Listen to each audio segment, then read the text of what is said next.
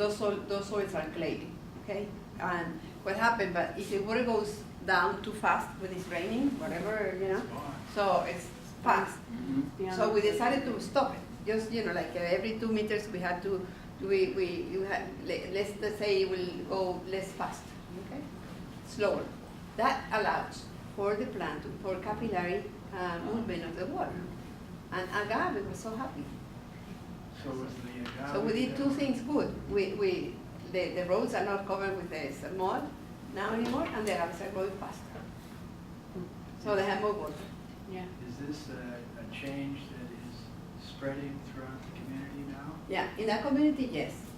We have to do a lot of work now because this is us in the agronomy faculty of my university, two crazy people, like me and our colleague, and then there are 100 agronomists, and they are doing, green revolution. I mean, it's crazy. The other day, I actually teach also in a graduate school that we promote sustainable systems. And he came, after he had been actually in that course, he came to me very proudly saying, look how much onions I had here. We had wiped out on the trees. I told him, did I lose my time?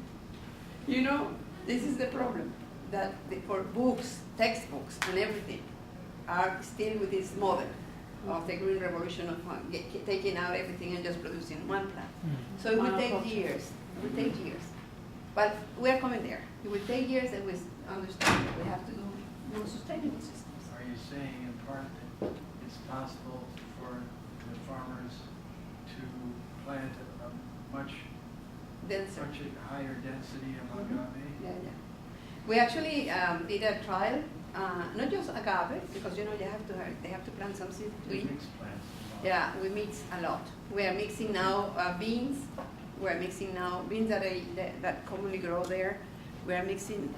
Yeah, go ahead. They are mixing. We are mixing now more things like cucumber, like even calabacín, zucchinis. We grow together. So It was like I asked the students of the graduate school, let's do a un reto, like a challenge. I say no, nothing is going to grow like that, I say, just look there, the ecosystem is telling you that there is herbs, middle herbs, whatever. So let's do it, and we did it. We produced about 15 things in the same plot. Wow. So they aren't actually resistant to having other things besides the agave. But now they're getting there. Besides, they have to plant trees. They are obliged because they use, wood for their cooking. So they have to plant trees.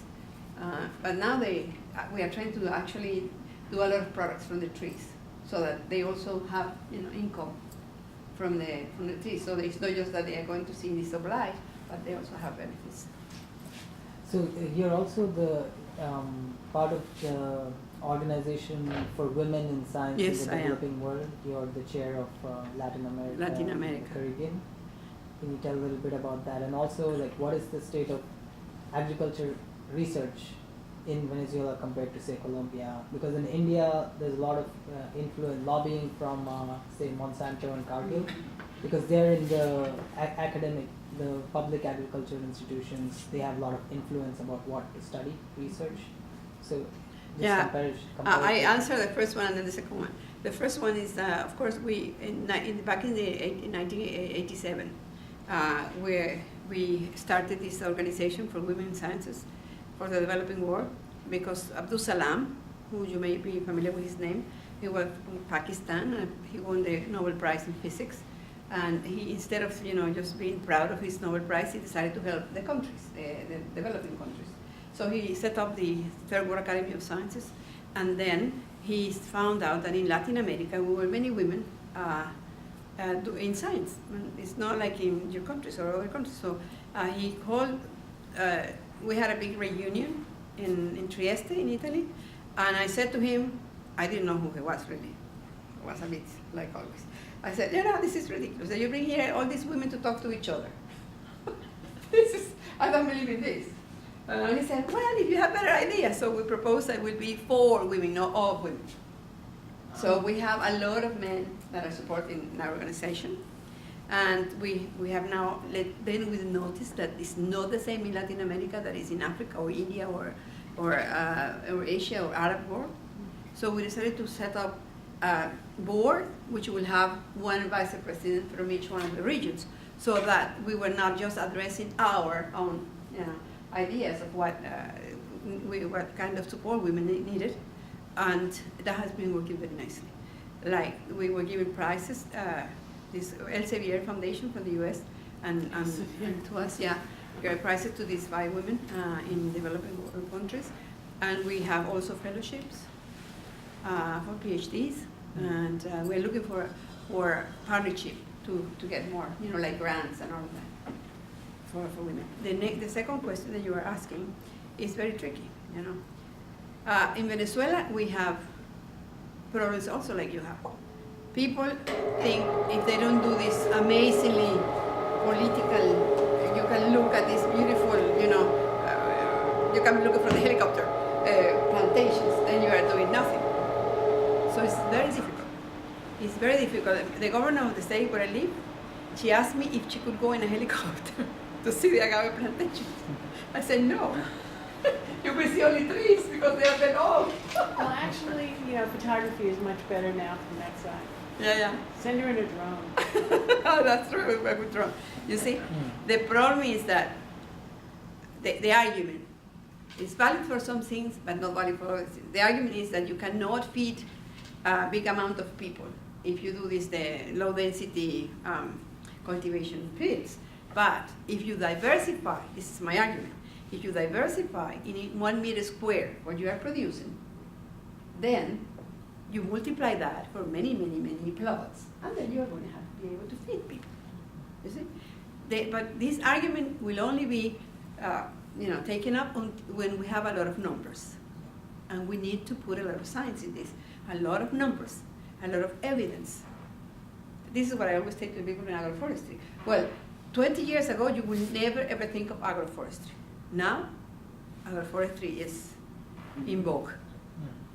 So it's all, and of course, Monsanto and all of this, very tricky, because they're thinking of their interest and getting richer and richer and richer. I don't have any problem that people get rich, but not in the cost of others. I think that's, and I think in India, you don't have much agroforestry going on yet. It's been more in Latin America and in Africa. I think there is, there have to be a lot of work done. I think Brazil is a big problem. Yeah. In terms of reversal of agriculture. Yeah. Even coffee. In Venezuela, coffee is a culture that you do under the trees. It's a shade culture. In Brazil, it's in the open. So the quality, we are trying to tell them now, the quality of the coffee under the shade of the trees is much better. Plus irrigation is much more expensive. Yeah. The whole thing. So, and with this system, you need much less water. Actually, what I am doing now is, that was another crazy thing I did, but I think it's beautiful. I will go in the field and we'll see if it rains, like a little rain today, and then these trees are like crazy flowering in 2 days. So I thought, there is an induction of flowering with the rains. But you will go to the station, the climatological station, they will not register this rain because it was just like horizontal rain, very, very low. So I went there 3 years of my life, and I irrigated in the canopy of the trees.